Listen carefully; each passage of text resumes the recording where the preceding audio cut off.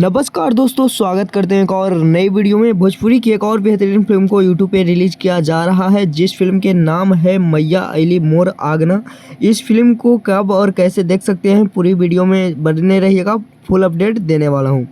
तो दोस्तों, इस फिल्म में नज़र आए हैं मणि भट्टाचार्य, रितेश उपाध्याय, संजना पांडे, अमित शुक्ला, रिंकू भारती जैसे और भी बहुत सारे दिग्गज कलाकार।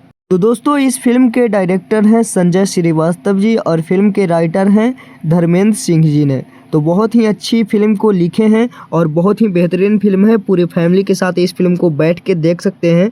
और फिल्म को कब और कितने बजे रिलीज किया जा रहा है, तो दोस्तों इस फिल्म को रिलीज किया जा रहा है 31 मार्च 2025 सुबह में 11 बजे। इस फिल्म को देखना ना भूलिएगा। इंटरटेन रंगीला के यूट्यूब चैनल पे इस फिल्म को रिलीज किया जा रहा है, तो इस फिल्म को देखना ना भूलिएगा। बहुत ही बेहतरीन फिल्म होने वाला है और भक्ति फिल्म है, तो पूरे फैमिली के साथ इस फिल्म को बैठ के देख सकते हैं।